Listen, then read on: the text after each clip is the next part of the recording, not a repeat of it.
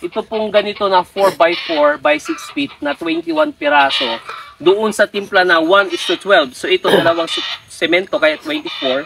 Kaya lalabas po yan na 21. Okay? What we need here is siguro around mga 80. Yun po yung tinitignan ko pa po, no? Kasi hindi ko pa nasukat eh. Makikita ko na lang po yan sa area kapag kinumpit ko po yan.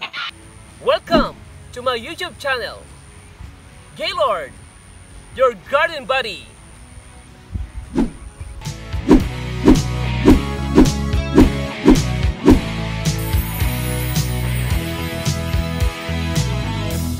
Hello mga ka-garden lovers, si Garden Buddy and nandito ngayon sa ating farm, Tambayan, Pisir, Timanga.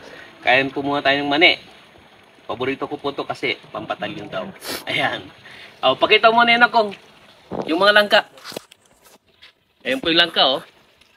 Hinog yun. Ang hinog po dyan ay dalawa na. Okay? And may isa doon sa dulo. Tapos yung sa makapuno, yun doon sa part na yun. Bobo. Next ko lang po sa inyo ha.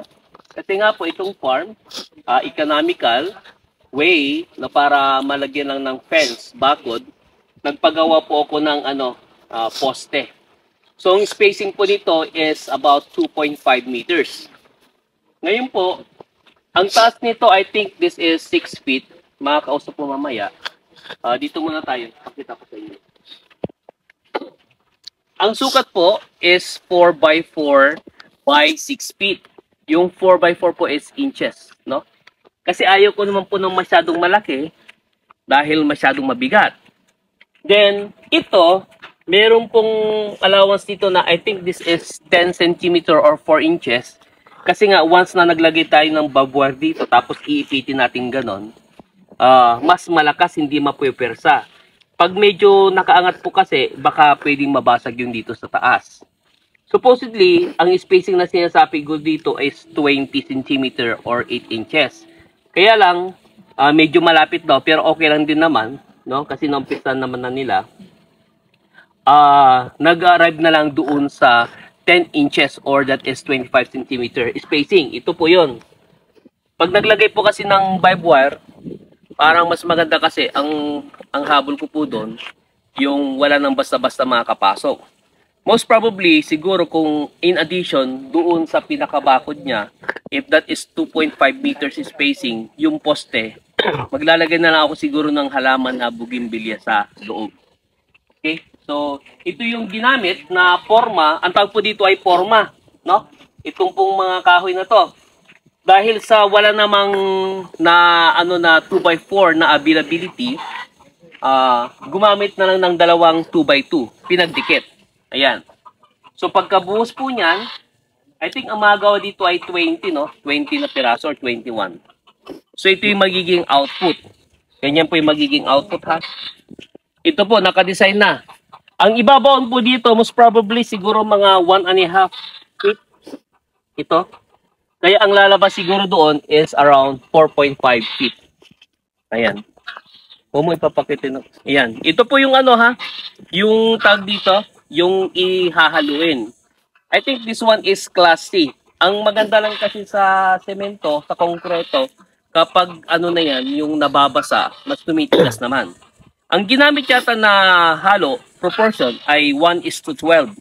So, ibig sabihin, yung pong 12 na timba na ganong kalaki, tapos lalagyan mo ng isang semento isang semento. So, supot. O Portland cement. Ang kalalabasan po ng dalawang semento, ito nga po yun.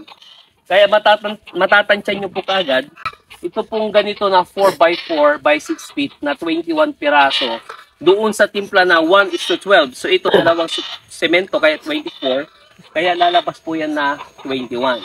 Okay? What we need here is siguro around mga 80. Yun po yung tinitignan ko pa po, no? Kasi hindi ko pa nasukat eh. Makikita ko na lang po yan sa area kapag kinumpit ko po yan. Okay, so dito po tayo ha. Nangitlog yung manok te. Ipakilala ko pa sa inyo si paring Ervin ba? Ervin po sir. Paring Ervin ba? Si paring Ervin, I think kasama ni Papa. Ito may atraso pa ako dito, hindi ko pa nabibili ng tinapa eh. Ayan, hindi okay lang, babalik pa naman dito. Kasama po ni Papa Tony. I think siya ngayon, ikaw yung naglilinis ngayon dito pa rin. Oh. Wala ka bang gusto i-shoutout yan? Ha? Oh, yung ex mo. Ex mo lang Wala na? po, wala. Wala. Napakabait Isa lang po. Ano? Isa Ha? Asawa po, asawa ko lang po. Iyo. Yung asawa. Anong pangalan ba ni Mrs.? Sheila po. Iyo. Okay. Shoutout mo doon. Oh. Ha? Tapos ipapanood natin sa kanya. Ha? Ayaw mo? Wala po. Nahiya. Okay. Okay. Yung pong mga ka-garden lovers, ang natira kasi, meron na food project before doon sa San Felipe, 10 mm. So ngayon, kasi okay lang din naman, gumamit na lang kami ng 9 mm. No?